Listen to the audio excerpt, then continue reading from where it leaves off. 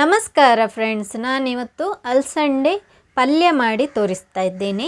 ಅದನ್ನು ಹೇಗೆ ಮಾಡೋದಂತ ನೋಡೋಣ ಬನ್ನಿ.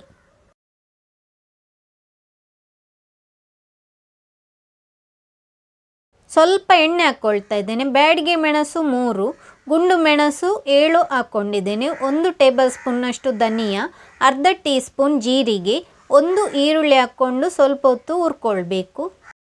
ಈಗ ಮಸಾಲೆ ಹುರ್ಕೊಂಡಾಗಿದೆ. ಅಲಸಂಡೆ ನಾನಿಲ್ಲಿ ಬೇಯಲಿಕ್ಕೆ ಇಡ್ತಾ ಇದ್ದೇನೆ. ಅರ್ಧ kg ಅಲಸಂಡೆ ತಗೊಂಡಿದ್ದೇನೆ.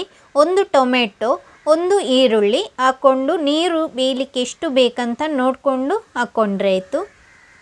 ಟೊಮೆಟೊ ಮತ್ತು ಈರುಳ್ಳಿ ಸಣ್ಣ ಸೈಜಿದು ತಗೊಂಡಿದ್ದೇನೆ. ಈಗ ಲಿಡ್ ಮುಚ್ಚಿ ಇದನ್ನು ಬೇಯಲಿಕ್ಕೆ ಬಿಡೋಣ. ಹುರಿದಿಟ್ಟ ಮಸಾಲೆ ಈಗ ತಣ್ಣಗಾಗಿದೆ. ಅದನ್ನು ಮಿಕ್ಸಿ ಜಾರಿಗೆ ಹಾಕ್ಕೊಳ್ತಾ ಇದ್ದೇನೆ. ಸ್ವಲ್ಪ ನೀರು ಹಾಕ್ಕೊಂಡು ಇದನ್ನು ನುಣ್ಣಗೆ ರುಬ್ಕೊಳ್ಬೇಕು. ಅರಶಿನ ಹುಡಿ ಅರ್ಧ ಟೀ ಸ್ಪೂನು, ಬೆಳ್ಳುಳ್ಳಿ 2 ಎಸಳು, ಹುಣಸೆ ಹುಳಿ ಸ್ವಲ್ಪ ಹಾಕ್ಕೊಂಡಿದ್ದೇನೆ. ಇದನ್ನು ಈಗೇನೆ ನುಣ್ಣಗೆ ರುಬ್ಕೊಳ್ಬೇಕು. ನೋಡಿ ತೋರಿಸ್ತಾ ಇದ್ದೇನೆ. ಈಗ ಇದಕ್ಕೆ 1 ಕಪ್ಪಿನಷ್ಟು ತೆಂಗಿನಕಾಯಿ ತುರಿ ಹಾಕ್ಕೊಳ್ತಾ ಇದ್ದೇನೆ. ತೆಂಗಿನಕಾಯಿ ತುರಿ ಹಾಕ್ಕೊಂಡ ನಂತರ ನೀರು ಹಾಕದೆ ತರಿಯಾಗಿ ರುಬ್ಕೊಳ್ಬೇಕು. ಬೇಯಲಿಕ್ಕಿಟ್ಟ ಅಲಸಂಡೆ ನಾನಿಲ್ಲಿ ಚೆಕ್ ಮಾಡಿ ನೋಡ್ತಾ ಇದ್ದೇನೆ. ಈಗ ನೋಡಿ ಅಲಸಂಡೆ ಬೆಂದಿದೆ. ಈಗ ನಾವು ಇದಕ್ಕೆ ಮಸಾಲೆ ಆ್ಯಡ್ ಮಾಡಬೇಕು. ನೀರು ನಿಮಗೆ ಎಷ್ಟು ಬೇಕಂತ ನೋಡ್ಕೊಂಡು ಹಾಕಿದ್ರೆ ಆಯಿತು. ನಾನಿಲ್ಲಿ ಮಿಕ್ಸಿ ಜಾರ್ ತೊಳ್ಕೊಂಡು ಸ್ವಲ್ಪ ನೀರು ಹಾಕ್ಕೊಂಡಿದ್ದೇನೆ. ಹಾಗೆಯೇ ಉಪ್ಪು ರುಚಿಗೆ ಬೇಕಾದಷ್ಟು. ಇನ್ನು ಇದನ್ನು ಚೆನ್ನಾಗಿ ಮಿಕ್ಸ್ ಮಾಡಿಕೊಂಡು ಕುದಿ ಬರುವವರೆಗೂ ಲಿಡ್ ಮುಚ್ಚಿ ಬಿಡೋಣ. ನಾನಿಲ್ಲಿ ನೀರು ಸ್ವಲ್ಪ ಜಾಸ್ತಿ ಹಾಕ್ಕೊಂಡಿದ್ದೇನೆ. ನೀವು ಬೇಕಿದ್ದರೆ ಕಡಿಮೆ ಹಾಕ್ಕೊಳ್ಬೋದು.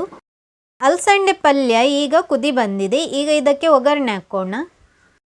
ಸ್ವಲ್ಪ ಎಣ್ಣೆ ಹಾಕ್ಕೊಳ್ತಾ ಇದ್ದೀನಿ. ನಾನಿಲ್ಲಿ ತೆಂಗಿನ ಎಣ್ಣೆ ಹಾಕ್ಕೊಂಡಿದ್ದೇನೆ. ಜಜ್ಜಿದ್ದ ಬೆಳ್ಳುಳ್ಳಿ ಹಾಕ್ಕೊಂಡು ಸ್ವಲ್ಪ ಹೊತ್ತು ಹುರ್ಕೊಳ್ಬೇಕು. 5 ರಿಂದ 6 ಬೆಳ್ಳುಳ್ಳಿ ತಗೊಂಡಿದ್ದೇನೆ. ಬೆಳ್ಳುಳ್ಳಿ ಸ್ವಲ್ಪ ಕಲರ್ ಚೇಂಜ್ ಆದ ನಂತರ ಅದಕ್ಕೆ ಅರ್ಧ ಟೀ ಸ್ಪೂನ್ನಷ್ಟು ಸಾಸಿವೆ ಹಾಕ್ಕೊಂಡಿದ್ದೇನೆ. ಸಾಸಿವೆ ಚಿಟುಗುಟ್ಟಿದ ನಂತರ ಅದಕ್ಕೆ ಕರಿಬೇವು ಹಾಕ್ಕೊಂಡಿದ್ದೇನೆ. ಈಗ ಒಗ್ಗರಣೆ ರೆಡಿಯಾಗಿದೆ.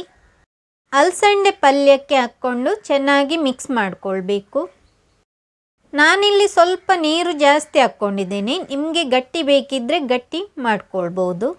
ನಿಮಗೆ ಈ ರೆಸಿಪಿ ಇಷ್ಟ ಆಗಿದ್ದರೆ ಲೈಕ್ ಮಾಡಿ, ಶೇರ್ ಮಾಡಿ, ಕಮೆಂಟ್ ಮಾಡಿ.